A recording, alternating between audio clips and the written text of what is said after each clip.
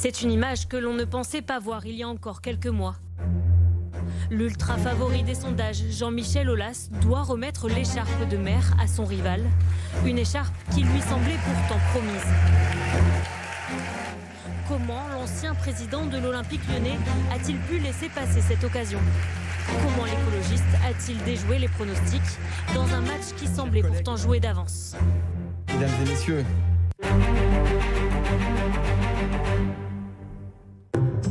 Janvier 2025, 1 an et 3 mois avant les élections municipales. Les écologistes sont à la tête de la mairie depuis leur large victoire en 2020. Grégory Doucet n'a pas entretenu de suspense. Dès 2022, il annonce sa candidature à sa réélection. Notre projet a besoin de 2 mandats. Bien sûr, en 2026, je candidate à nouveau à la mairie de Lyon. Trop tôt alors pour connaître ses adversaires. Mais une petite musique commence à se faire entendre sur les réseaux sociaux. Ville de Lyon, c'est de pire en pire. 50 minutes pour parcourir les 400 mètres du quai Jean Moulin. Un audit public du coup direct et indirect de cette incurie s'impose. Réveillez-vous. Au fil des échanges, des idées innovantes et concrètes se dessinent. Si je devais m'engager, ce serait Lyon, rien que Lyon. Jean-Michel Aulas, l'ancien président de l'Olympique lyonnais, critique la circulation et les bouchons en presqu'île sur ses réseaux sociaux. Mais le candidat va plus loin et s'en prend aux écologistes au pouvoir. L'automobiliste en colère se rêverait-il maire de Lyon? Est-ce qu'on pouvait s'y attendre? C'est une figure lyonnaise très installée, mais est-ce qu'on pouvait s'attendre à ce qu'il joue sur le terrain de la politique? Alors moi, personnellement, non. D'autant que, contrairement à d'autres, et je vais faire la comparaison, on l'a faite avec Bernard Tapie à l'Olympique de Marseille, où il s'est très vite, même en étant dans le foot, il s'intéressait à la politique. Jean-Michel Aulas, toute sa carrière de président de l'Olympique lyonnais, il n'y a jamais d'appétence, on se dit jamais à un moment qu'il veut se rapprocher de la politique, même s'il était proche de Gérard Collomb, l'ancien maire de Lyon. Les médias s'emparent du phénomène. Jean-Michel Aulas, candidat au municipal de Lyon en 2026. L'ancien président de l'OL ne l'exclut pas. Une figure populaire qui pourrait s'essayer à la politique au risque d'y laisser quelques plumes. Le scénario séduit, tous les regards se tournent vers la capitale des Gaules. Un premier sondage teste déjà l'hypothèse de sa candidature en février 2025. L'homme alors âgé de 76 ans arrive deuxième, juste derrière le maire sortant. C'est un gars qui a su mener sa barque, qui a mené en tête de l'affiche de sa société Cégide, donc pourquoi pas. C'est un meneur d'hommes, c'est un gestionnaire, c'est quelqu'un de très intelligent. Un autre sondage 2 mois plus tard pour BFM Lyon. Cette fois, Jean-Michel Aulas est en tête. En termes de popularité, c'est là où l'avantage de l'ancien patron de l'OL est créé. 20 points de plus de bonnes opinions que le maire actuel de Lyon, Grégory Doucet. Un électeur sur 2 de Lyon a une bonne opinion de Jean-Michel Aulas. Pendant plusieurs mois, Jean-Michel Aulas laisse planer le doute sur sa candidature. Il donne de nombreuses interviews, parle de football en tant que vice-président de la FFF, mais s'avance aussi sur la politique.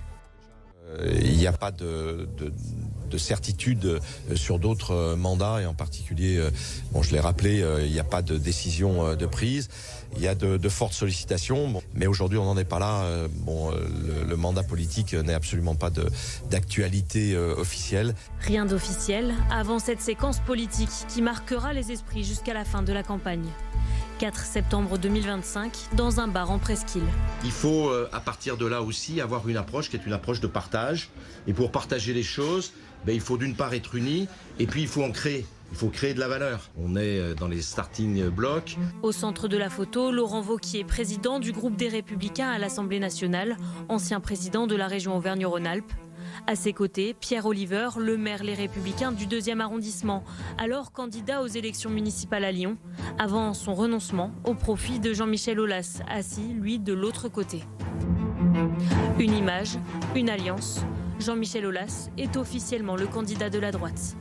Elle marque vraiment le début de la campagne politique pour Jean-Michel Aulas et elle marque surtout la première erreur stratégique pour Jean-Michel Aulas. Pourquoi? Parce que Jean-Michel Aulas, il avait dit, quand il se lancerait, en tout cas là au mois de septembre, que ça allait être un candidat sans étiquette, qui tentait de faire la synthèse des Lyonnais en colère contre Grégory Doucet autour de lui, dont les partis, mais pas seulement. et que ça allait être plutôt un candidat de la société civile. Et finalement, cette première image avec Laurent Wauquiez, que tout le monde connaît, un homme politique clivant, de droite, revendiqué, de droite même forte et dure, et ben cette image, elle fait entrer Jean-Michel Aulas dans la vraie politique politicienne. Cette étape où Laurent Wauquiez apporte son soutien à Jean-Michel Aulas politise trop cette démarche. Il fallait pour moi que Jean-Michel Aulas soit central. Là, c'est Laurent Wauquiez qui est au milieu de la photo. C'était à Jean-Michel Aulas d'être au milieu de la photo. Et on nous l'a dit après sur les marchés, on a entendu « Ah non, si c'est l'alliance avec Laurent Wauquiez, c'est pas possible ». Et puis petit à petit, ça s'est estompé. D'autres partis ont apporté leur soutien. Et on a bien compris que Jean-Michel Aulas était le candidat de Lyon et pas le candidat des partis. Ce qu'on se dit, c'est que ça sent la barre à droite toute. Enfin, je veux dire, je pense qu'on a tous été surpris par une annonce aux côtés de Laurent Wauquiez. Après plusieurs mois de faux suspense, où Jean-Michel Aulas préparait en réalité sa campagne, la candidature est officialisée. Au travers d'un courrier envoyé aux Lyonnais le 25 septembre. Le choix de me présenter aux élections municipales des 15 et 22 mars 2026 est un engagement total. Le mouvement Cœur Lyonnais est lancé.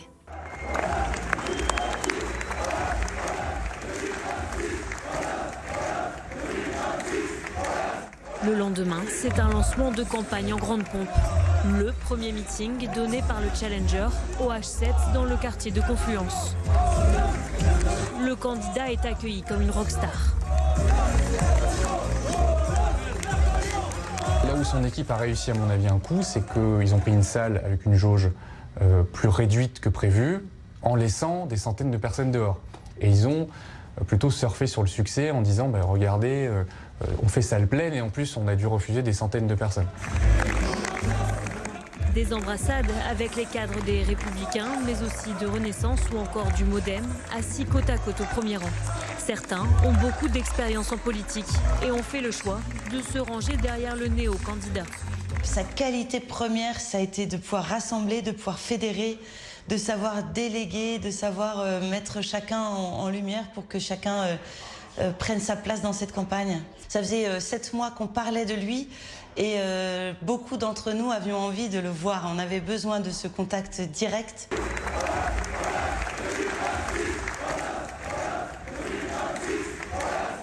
L'homme prend place devant son pupitre et déclame son discours au mot près. Mon ambition, c'est de rassembler toutes les Lyonnaises et tous les Lyonnais, quelles que soient leurs opinions politiques. Il lit beaucoup son prompteur. Il a un prompteur, 2 prompteurs de mémoire, les prompteurs transparents là, qui sont beaucoup utilisés maintenant en meeting politique. Et il est beaucoup dans la lecture, il est très droit, un peu rigide. On voit que c'est vraiment son premier meeting. Il n'emporte pas forcément la foule dans le sens où c'est pas un tribun. Il est un peu stressé. L'exercice est plutôt réussi dans l'ensemble, mais c'est vrai que c'est pas forcément le Jean-Michel Aulas habitué des conférences de presse de l'OL où il fait un peu le show. Pendant près de 2 mois, Jean-Michel Aulas n'a pas de véritable adversaire face à lui. La gauche reste discrète, mais elle ne va pas tarder à rentrer dans la danse.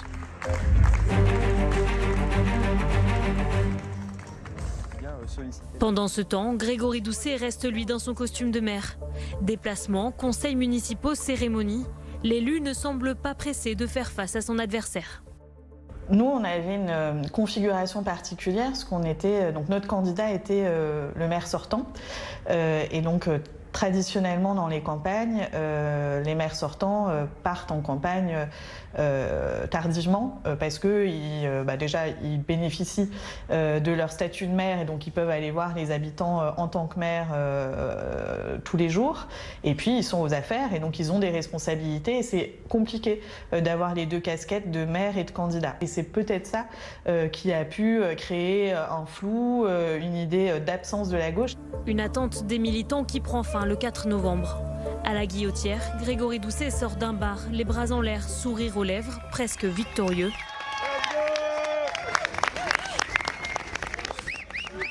Il est suivi des représentants du Parti socialiste, de Place Publique ou encore du Parti communiste français.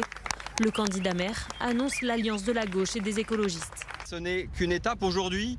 Cette union de la gauche et de l'écologie, elle se veut d'abord porteuse d'espoir. Une séquence peut-être précipitée sur l'agenda de campagne. En coulisses, en fait, cette annonce d'union, elle est totalement improvisée. Grégory Doucet dit 2 jours avant avec Sandrine Brunel dans une interview commune au Progrès que le temps de la campagne n'est pas venu. 2 jours après, il se retrouve à la Guillotière sur les quais en train de s'afficher ensemble pour une jolie photo. Mais il y a un absent de taille sur la photo de famille, la France Insoumise. Le parti a décidé cette fois de faire cavalier seul dans la course pour la mairie de Lyon. Il ne souhaitait pas faire une alliance de premier tour, c'était pas forcément tellement souhaité dans notre alliance à nous. Donc non, le début de la campagne d'Anaïs, ce meeting, le début de la campagne d'Anaïs Belloissat-Chérifi, on le regarde comme effectivement une concurrente de gauche. Par ailleurs, elle attaque principalement Jean-Michel Aulas et donc on se retrouve là-dessus. En effet, 2 jours plus tard, la candidate insoumise Anaïs Belloissat-Chérifi se lance à son tour dans la campagne. Avec un mot d'ordre, ne pas faire basculer la ville à droite, malgré les désaccords avec le maire sortant. Et par chauvinisme lyonnais, nous pouvons le dire, il est le guignol de la droite et de la Macronie. C'est qui aujourd'hui votre ennemi? C'est Jean-Michel Aulas ou c'est Grégory Doucet? Est-ce que vous avez identifié un adversaire? Je pense que ça a été assez clair dans mon discours. C'est plutôt Jean-Michel Aulas, mon adversaire en réalité. Puisque vous le savez, Jean-Michel Aulas, c'est vraiment l'archétype du milliardaire, millionnaire, on ne sait même plus, lyonnais, qui vient parce qu'il n'a rien d'autre à faire que se présenter à la municipalité de Lyon alors qu'il n'en connaît ni les compétences et qu'il n'y porte rien en réalité. De l'insoumission. Un adversaire commun qui laisse entrevoir le futur accord scellé entre l'insoumise et l'écologiste 5 mois plus tard. Pendant ce temps, les sondages se succèdent et sont tous unanimes.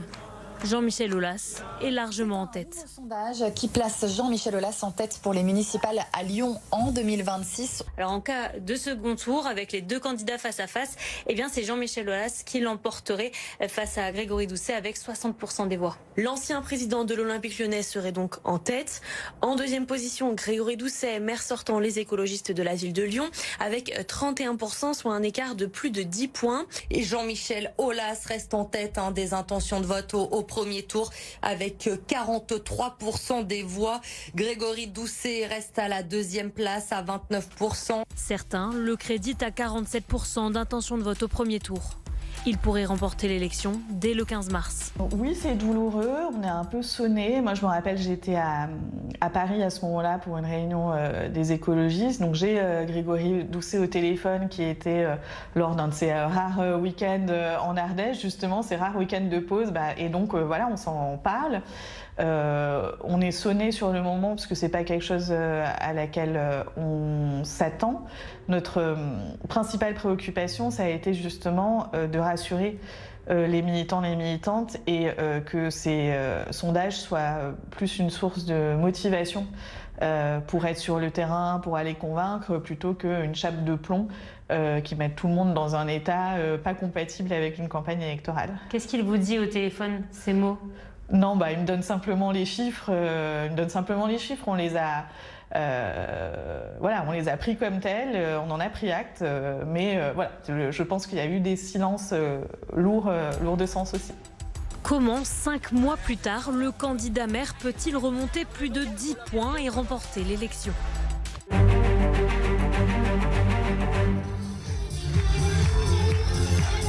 « 16 décembre, au Sucre, Grégory Doucet donne lui aussi son premier meeting.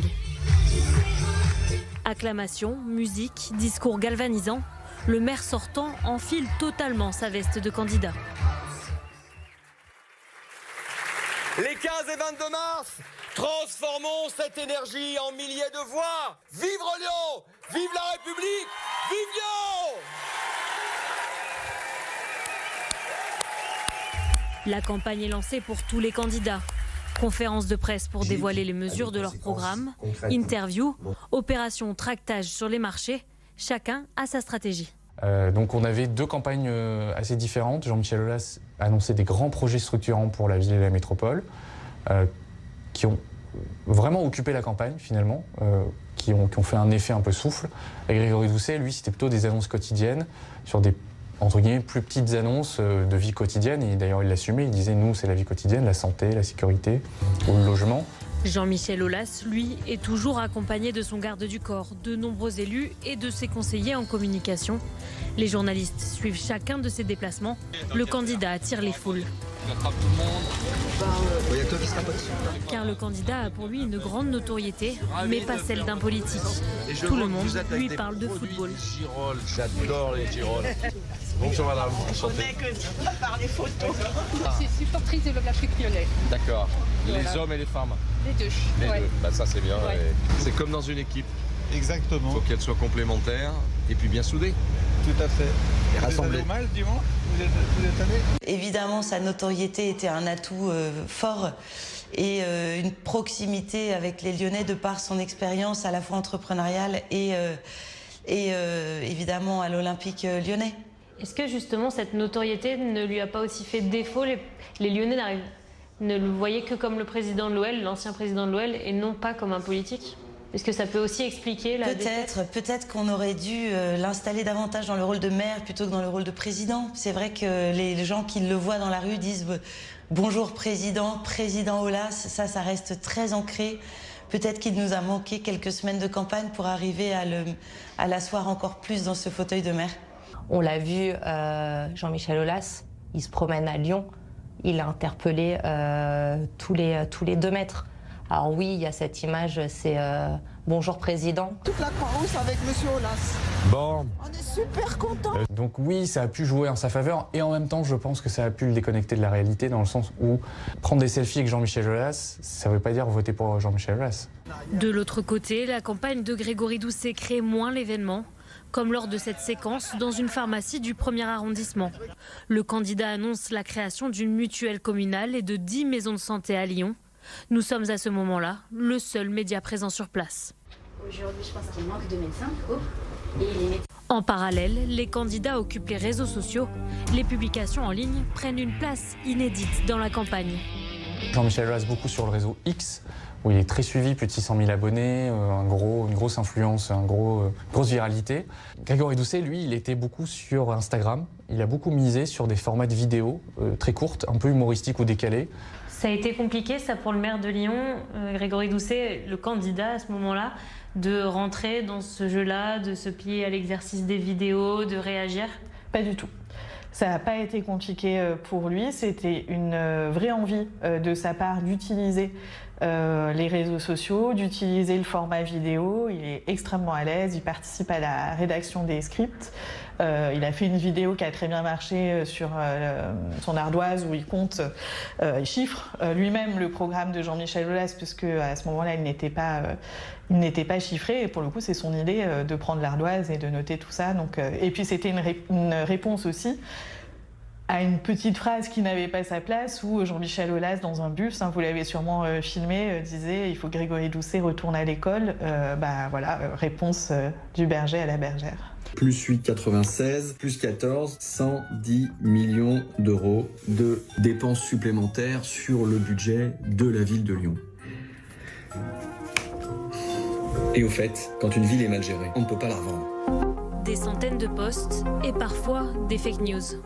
Oui, il y a eu des approximations, des imprécisions ou des vérités arrangeantes des 2 côtés, ça c'est vrai. Après, il y a eu effectivement du côté de Jean-Michel Aulas un rapport à la vérité, aux faits qui était quand même discutable, des choses établies qui étaient fausses. À l'image de cette vidéo de Pierre Oliver. La ville de Lyon aurait acheté près de 800 vélos électriques, chacun à plusieurs milliers d'euros. Personne ne sait où ces vélos seraient stockés. Et donc on peut légitimement se demander où sont passés les vélos de la ville de Lyon. Les services de la mairie ont démenti. Pierre Oliver a assumé avoir posté cette vidéo sans détail précis, en utilisant volontairement le conditionnel. La vidéo des vélos alors, c'est une fake news donc factuellement? Je sais pas, je ne sais pas. Je sais pas, j'en sais rien. Politiques, journalistes et observateurs qualifient la campagne de violente, parfois indigne de la démocratie. Plus l'échéance approche, plus elle gagne en intensité. Le rythme s'accélère, les déplacements se multiplient, les posts sur les réseaux sociaux se font plus nombreux. Mais le 14 février, tout s'arrête, la campagne est bouleversée. Quentin Deranque, un jeune homme de 23 ans, est mort.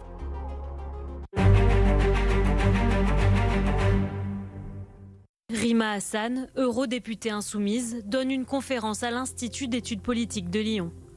En marge, Quentin Derenc, 23 ans, militant d'extrême droite, participe à des affrontements contre des groupes d'extrême gauche.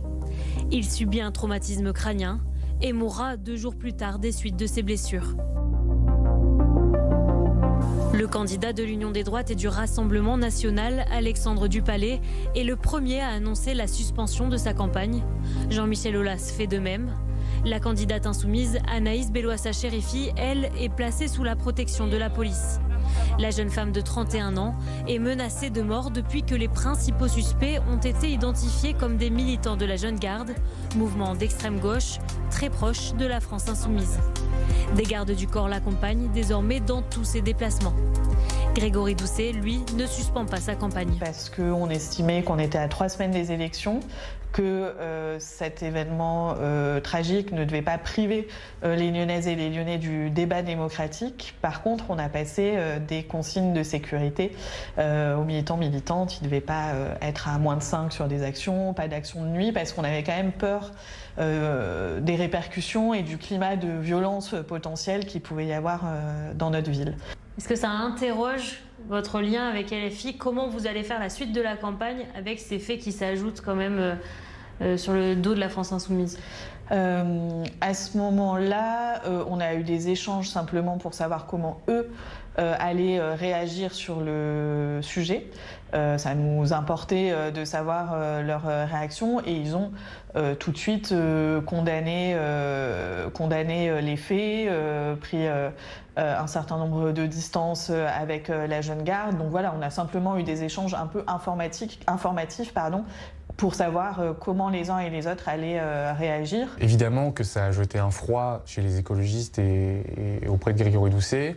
Il a été très vite interrogé et mis en difficulté sur ses liens avec la France insoumise, les liens aussi de son exécutif par le passé avec la Jeune Garde, qui est une organisation née à Lyon, puisque la ville avait collaboré avec la Jeune Garde. Donc très rapidement, ça lui est revenu aussi, entre guillemets, dans le visage, en tout cas dans sa campagne. 5 jours après les faits, Jean-Michel Aulas surprend tout le monde avec une proposition, afficher le portrait de Quentin Derenc sur l'hôtel de ville. À ce moment, les propos néofascistes du jeune homme de 23 ans ne sont pas encore rendus publics. Je pense qu'il fallait rendre hommage. Jean-Michel Aulas a voulu montrer que oui, à Lyon, on n'a pas le droit de mourir parce qu'on défend des idées. Peut-être qu'on est allé trop vite et qu'on l'a demandé trop tôt. Je pense en effet que ça nous a, entre guillemets, coûté cher dans la campagne. C'est revenu beaucoup ensuite. On nous en a beaucoup parlé. On nous en a beaucoup parlé en porte-à-porte sur le terrain. Donc oui, probablement que ça a peut-être trop politisé justement cette campagne. Nous, on a trouvé ça indécent et on l'a dit. On est évidemment dans le respect de la famille, dans la condamnation de toute violence, mais ça c'est vraiment l'affaire de la justice. Par contre, et la suite l'a montré, mettre le portrait de quelqu'un qui était un militant néofasciste et dont les déclarations sont clairement dans les suites du nazisme. Voilà, c'était pour moi une faute de politique de la part de Jean-Michel Aulas, qui a aussi compté dans cette campagne, puisque je pense que là, il y a des gens qui se sont rendus compte que c'était pas ces mouvements qu'ils voulaient voir au pouvoir. Véritable tournant dans la campagne, première difficulté pour les candidats, et elles vont s'accumuler pour Jean-Michel Aulas.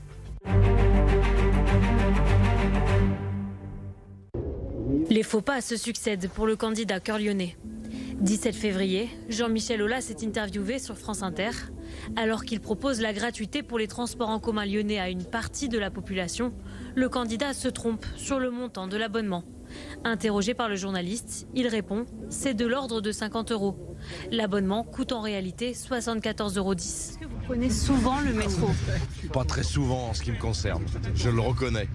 Autre erreur, le journaliste demande « Comment fait-on pour éviter que Lyon soit ou reste la capitale de la violence politique ?» Jean-Michel Aulas répond « Vous savez qu'on est aussi malheureusement la capitale des embouteillages. » Le choix d'une agence de communication parisienne, dirigée par Roman Abreu, est critiqué au sein même de Cœur Lyonnais. C'est vrai qu'à Lyon, on est assez chauvin et c'était probablement pas facile pour Roman Abreu d'être parisien. À Lyon, on est avant tout lyonnais, on aime décider pour Lyon.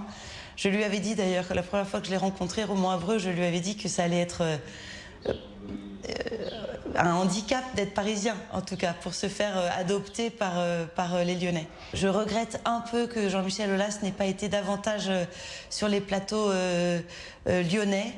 J'ai beaucoup poussé en interne d'ailleurs pour qu'il y aille.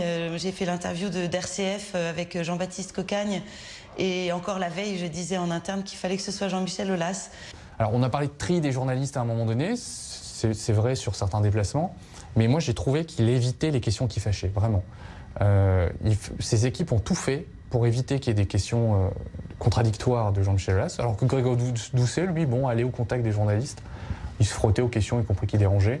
Le 24 février, les candidats s'affrontent pour la première et dernière fois dans l'unique débat de cette campagne.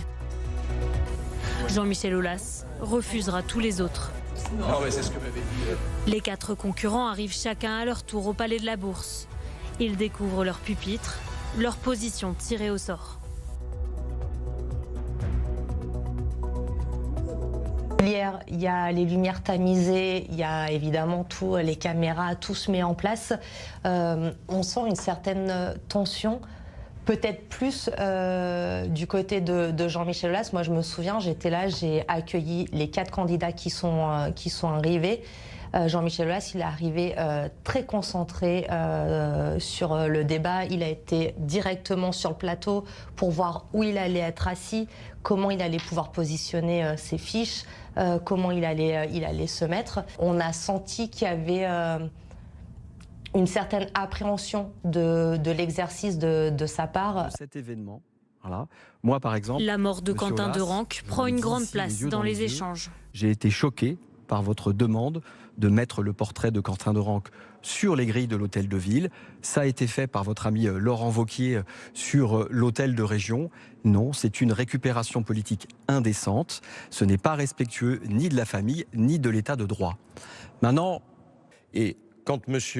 Doucet met sur le fronton de l'hôtel de ville un certain nombre de drapeaux ou qu'il honore un certain nombre de gens issus vous pouvez être un peu plus précis, parce que le drapeau français est sur l'hôtel de ville. Non, vous avez affiché... Le drapeau ukrainien est aussi sur l'hôtel de ville. Vous avez affiché le drapeau de la Palestine et nommé un certain nombre un général du Hamas comme citoyen d'honneur de la ville de Lyon. Donc, renseignez-vous, monsieur Aulas, là vous êtes totalement à côté de la plaque. Puis les thématiques de la sécurité ou encore des transports sont débattues. Je propose aussi la création d'une brigade anti-incivilité, 50 agents. Jean-Michel Aulas, vous avez ce projet de méga tunnel, 8 km.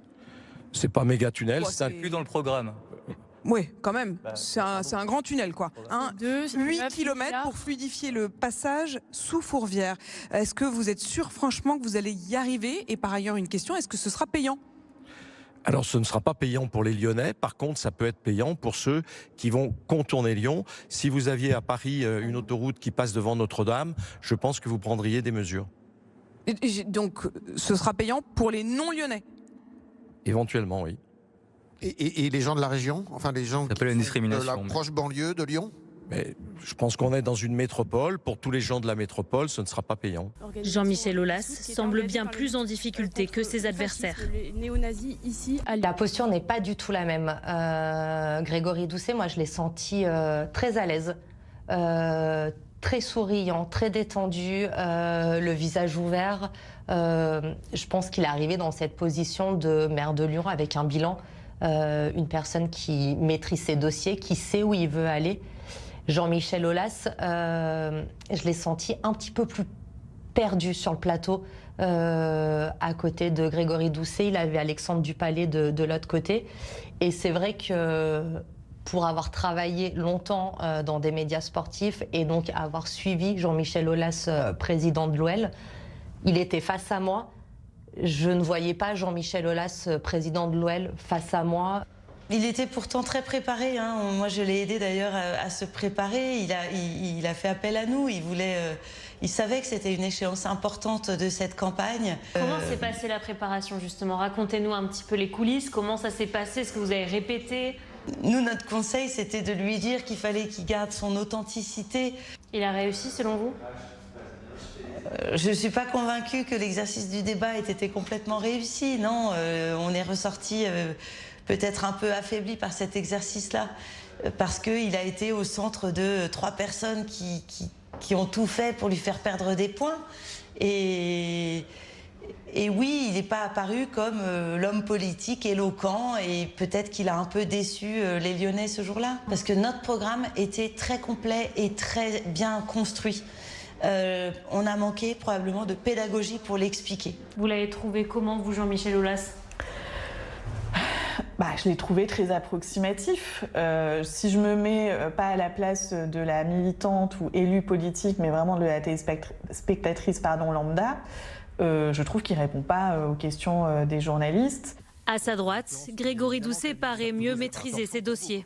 N'ayant jamais eu de face-à-face avec son principal opposant, ce moment était très attendu par son équipe de campagne. Si on voulait comparer des aires urbaines équivalentes, il faudrait y intégrer Villeurbanne, Vénissieux, Vaux-en-Velin, etc. Déjà, ce débat, on l'a préparé. On a préparé très sérieusement toutes les thématiques, toutes les questions, à la fois les questions politiques, les questions de projet, la question de la posture du candidat. Donc on a vraiment pris très sérieusement l'arrivée de ce débat. Chaque question, on a réfléchi à plusieurs aux réponses appropriées. On a même fait, pour tout vous dire, une simulation de débat BFM, donc les conditions du réel, avec des membres de notre équipe qui jouaient le rôle des autres candidats. Et je pense que c'est effectivement important de se préparer à ces moments, parce qu'on l'a vu dans cette campagne, ça peut être un moment où les électeurs font leur choix. On était à quelques semaines du vote. Et ces électeurs se trouvaient peut-être parmi les 3 millions de téléspectateurs, puisqu'à partir de ce moment, l'écart entre les candidats se réduit dans les sondages. C'est une bascule pour lui, je pense, dans la campagne. Clairement, parce qu'on a vu les limites, on a vu qu'il maîtrisait peut-être pas assez bien les dossiers. Clairement, je pense que la campagne de Jean-Michel Aulas a perdu pied après le débat, clairement. C'est-à-dire que le débat a été raté du côté de Jean-Michel Aulas. Lui-même l'a plus ou moins reconnu, en tout cas, il a utilisé d'autres termes. Il a dit « j'ai été frustré, j'ai pas pu... dire tout ce que je voulais, c'était mon premier débat, je ne suis pas habitué aux joutes verbales de cette nature, etc. » Mais après, dans le narratif de campagne, dans la dynamique de campagne de ces équipes, on voit clairement qu'ils n'ont pas réussi à reprendre l'avantage.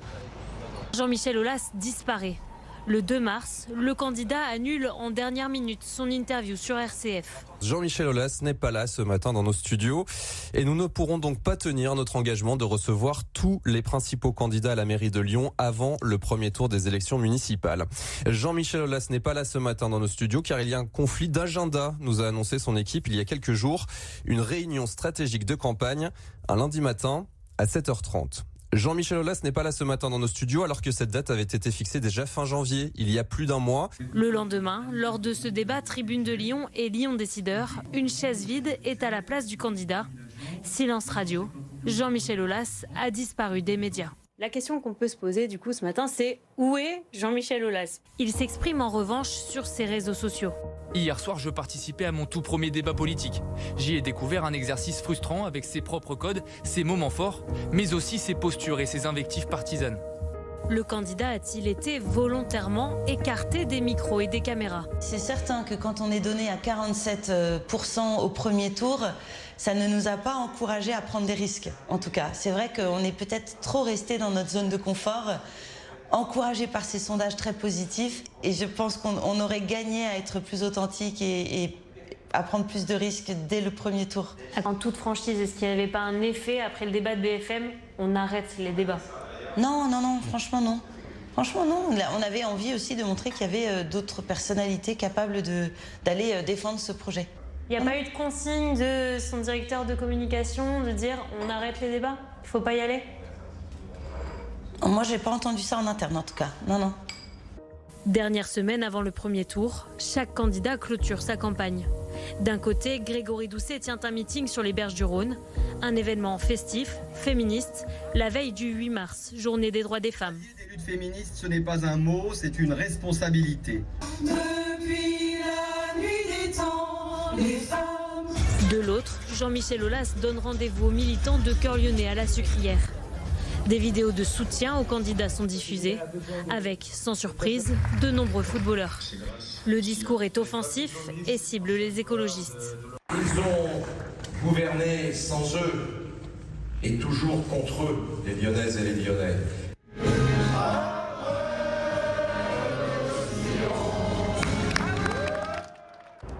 Et à partir de vendredi minuit, silence. La période de réserve électorale commence. Les dés sont jetés.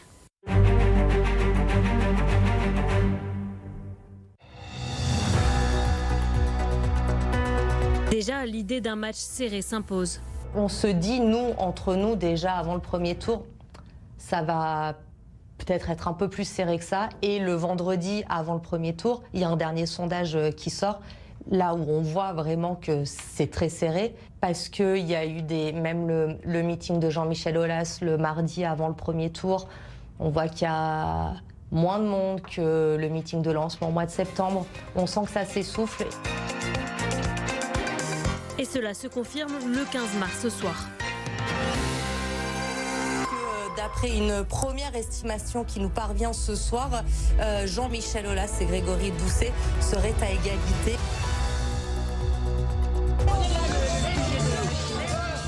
Grégory Doucet est en tête. C'est la remontada annoncée par les écologistes depuis plusieurs semaines. 37,36% pour le maire sortant, contre 36,78% pour le candidat cœur-lyonnais. Seulement 1184 voix d'écart. Nous sommes en train de nous organiser parce que c'est vrai qu'aujourd'hui, quand on regarde ce qui se passe chez nos adversaires, on voit que l'accord de la honte est en train de se mettre en place. Pour être très honnête, toute la matinée du premier tour, j'envoie des textos où je dis « ça va être serré ». Oui, évidemment qu'il y a une déception.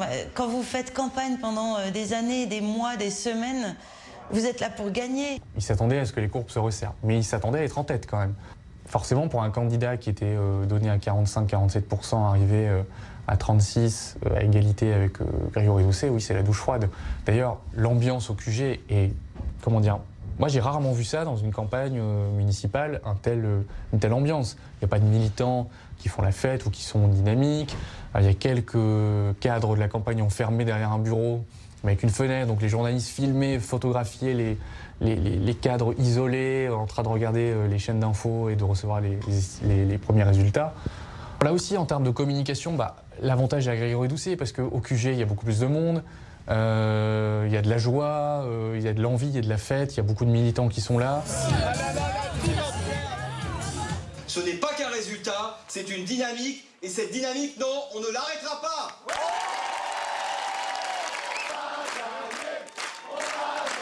Grégory Doucet, il est resté extrêmement focus jusqu'au soir du second tour. Donc là, son message, c'était attention, on est content, on est satisfait, mais on n'a pas gagné. Et donc, on reste focus. Ces premiers résultats, pour nous, c'est une grande satisfaction, un grand soulagement, mais ça nous dit aussi qu'on a des choses à faire dans les discussions politiques de deuxième tour.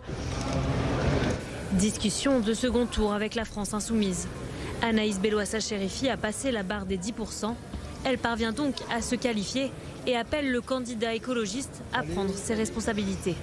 On peut se féliciter de dire qu'aujourd'hui, Lyon, potentiellement au second tour, s'il y a une prise de responsabilité de la part notamment de Grégory Doucet, à nous appeler à discuter autour d'une fusion technique, Lyon restera une ville de résistance face à l'extrême droite et face à la droite.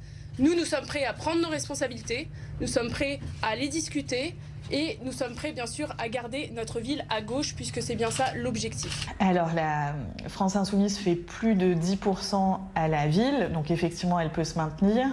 Elle fait plus de 10% dans la plupart des arrondissements, notamment les arrondissements de gauche. Donc on sait qu'on va devoir discuter et puis les discussions commencent assez rapidement dans la nuit.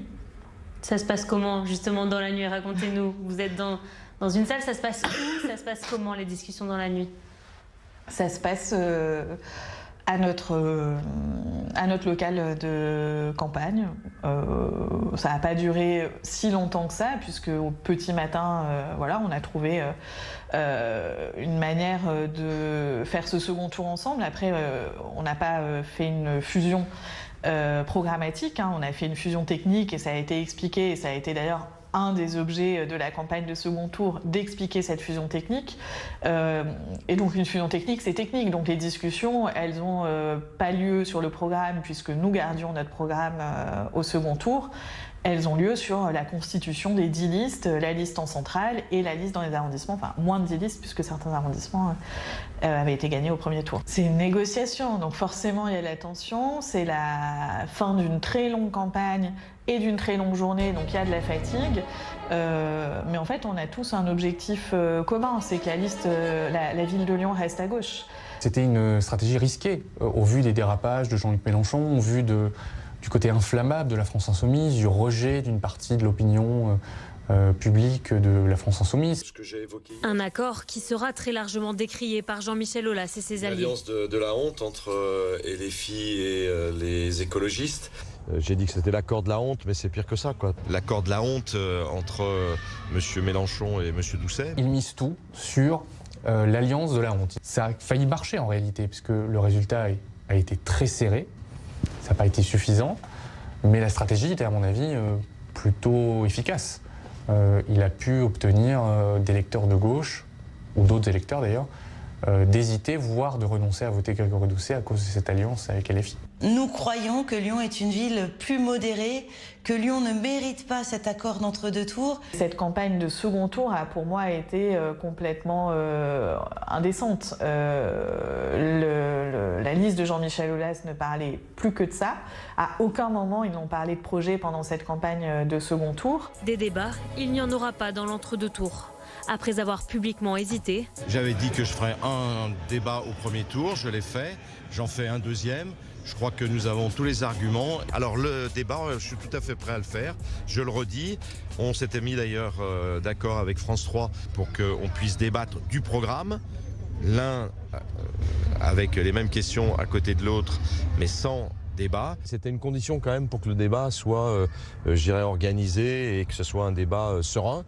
Là, il sera peut-être pas serein.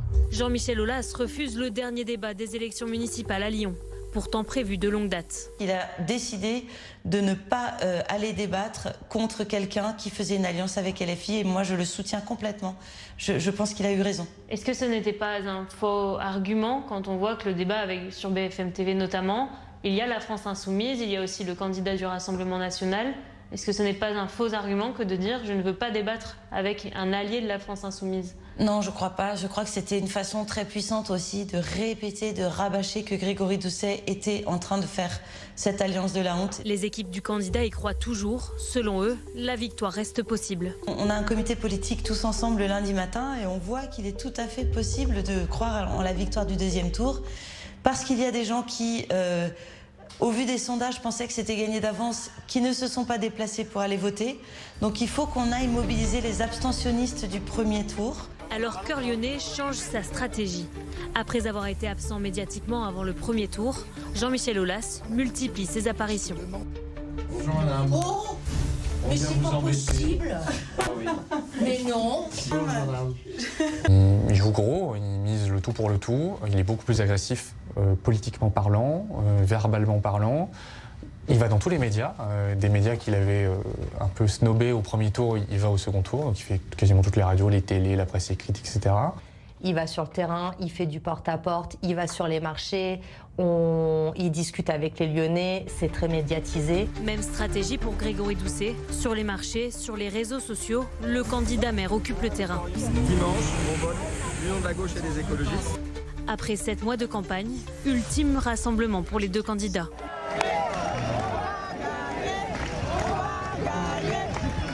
Moi, je crois au sursaut lyonnais.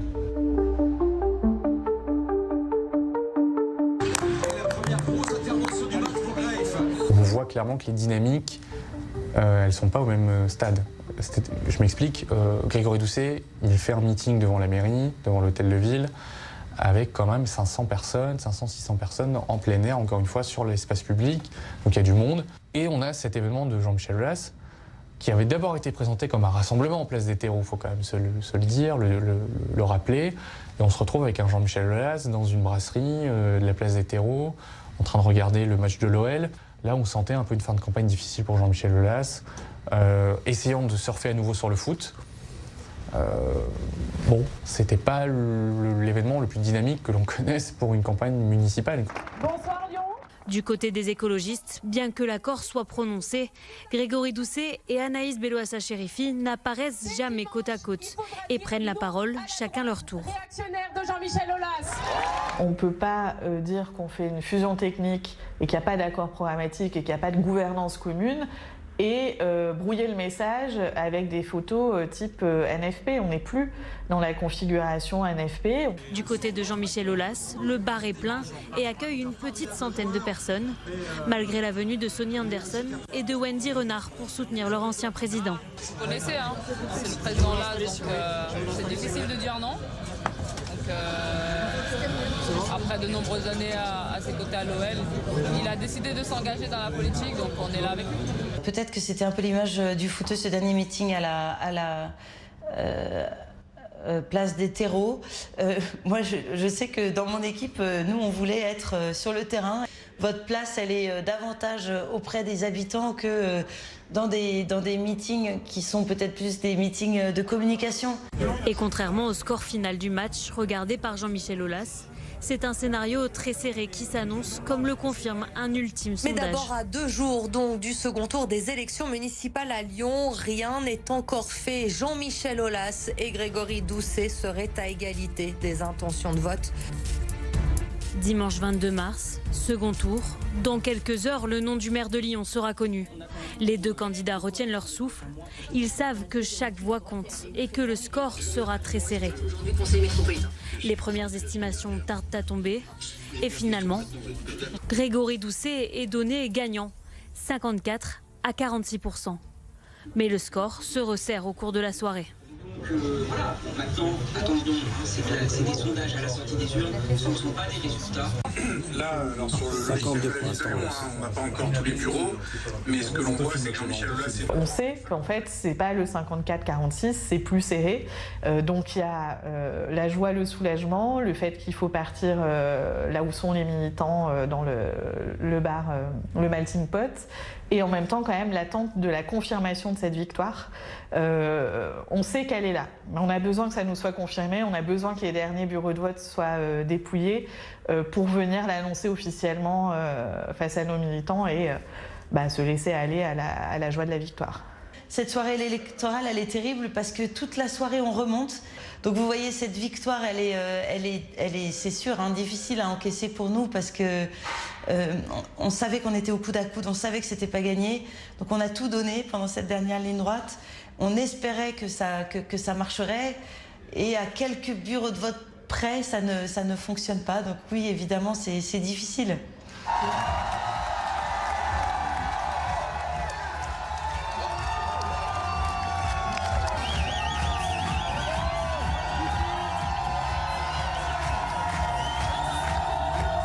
Le score final est prononcé tard dans la soirée. Grégory Doucet remporte l'élection avec 50,67% des voix, 49,33% pour Jean-Michel Aulas, 2762 voix d'écart seulement. Le maire de Lyon est réélu.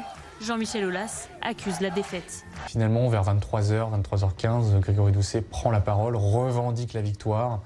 Donc là, on comprend vite que c'est perdu pour Jean-Michel Aulas, qu'il va reconnaître sa défaite devant les militants et les journalistes. Et non, finalement, il va en tout cas reconnaître que c'est serré, que la défaite est plutôt là, mais il va contester sa défaite avec l'annonce d'un recours. C'est quand même une surprise qu'il fasse ça. Compte tenu des nombreuses irrégularités qui se sont produites pendant le scrutin, nous avons déposé un recours. Bravo, bravo. Je prends donc acte de l'avance infime de M. Doucet, et tiens donc d'ores et déjà officiellement à exprimer mes réserves quant au résultat final. Jean-Michel Aulas a déposé un recours, donc nous allons voir dans les semaines qui viennent. Il y a beaucoup d'éléments qui nous reviennent, d'irrégularité du scrutin, du jour du vote ou de choses qui se sont passées les dernières semaines. C'est un rappel à l'ordre quand même pour le maire de Lyon. Quand vous avez un Lyonnais sur deux qui demande un changement et qui vote Jean-Michel Aulas, c'est encore une fois pas une victoire pour Grégory Doucet. Mais victoire très serrée quand même. Est-ce que ça laisse un petit goût amer quand même que de n'avoir que quelques milliers de voix d'écart? Ah non, mais victoire quand même. Non. Le score serré, c'est comme dans plein de municipalités. Non, pour moi, c'est une victoire et on la savoure comme telle. Les recours ont bien été déposés au tribunal administratif qui doit statuer cet été. Après la sidération, une question reste sur toutes les lèvres. Comment le candidat qui semblait promis à une victoire a-t-il pu perdre toute son avance? Comment Grégory Doucet est-il parvenu à déjouer les pronostics? Mais le sondage un an avant ne peut pas prédire le résultat final, sauf si, par exemple, il n'y avait aucune campagne, aucun mouvement d'opinion, mais les sondages un an avant avaient lieu avant la campagne. Et c'est la campagne qui a fait bouger les lignes, et très fortement à Lyon, peut-être plus que dans certaines villes. Et les sondages ont pu mesurer cette évolution, cette dynamique, avec une accélération à partir de mi-janvier, avec l'entrée en campagne de Grégory Doucet, et fin février avec le débat sur BFM TV. On a vu que Jean-Michel Aulas, d'une certaine manière, n'a pas réussi à rassurer et à confirmer l'image que les Lyonnais s'étaient fait du candidat, en s'appuyant sur la réputation de sa vie professionnelle antérieure. Et ça, c'est vrai qu'on l'observe assez souvent sur des candidats issus de la société civile, du monde des affaires, du monde du sport. Généralement, il y a souvent un effet de halo au départ de ces campagnes, parce qu'en fait, leur image est construite sur des succès dans un autre domaine, mais sur des succès. Alors qu'une campagne municipale, des débats, des meetings, ça oblige à incarner un projet municipal concret, à entrer dans le détail, à parler de transport, de propreté, de budget. Et c'est là que le vernis de l'image initiale peut se craqueler un petit peu. Une semaine plus tard, Grégory Doucet se prépare à se réinstaller sur son fauteuil de maire. Mais avant, c'est Jean-Michel Aulas qui y prend place. Car l'homme de 77 ans, qui a fêté son anniversaire le jour du second tour, est le doyen de l'Assemblée. Il doit présider et remettre l'écharpe à son adversaire. Cette écharpe tant convoitée depuis plusieurs mois, le symbole d'un match qui pourtant semblait joué d'avance.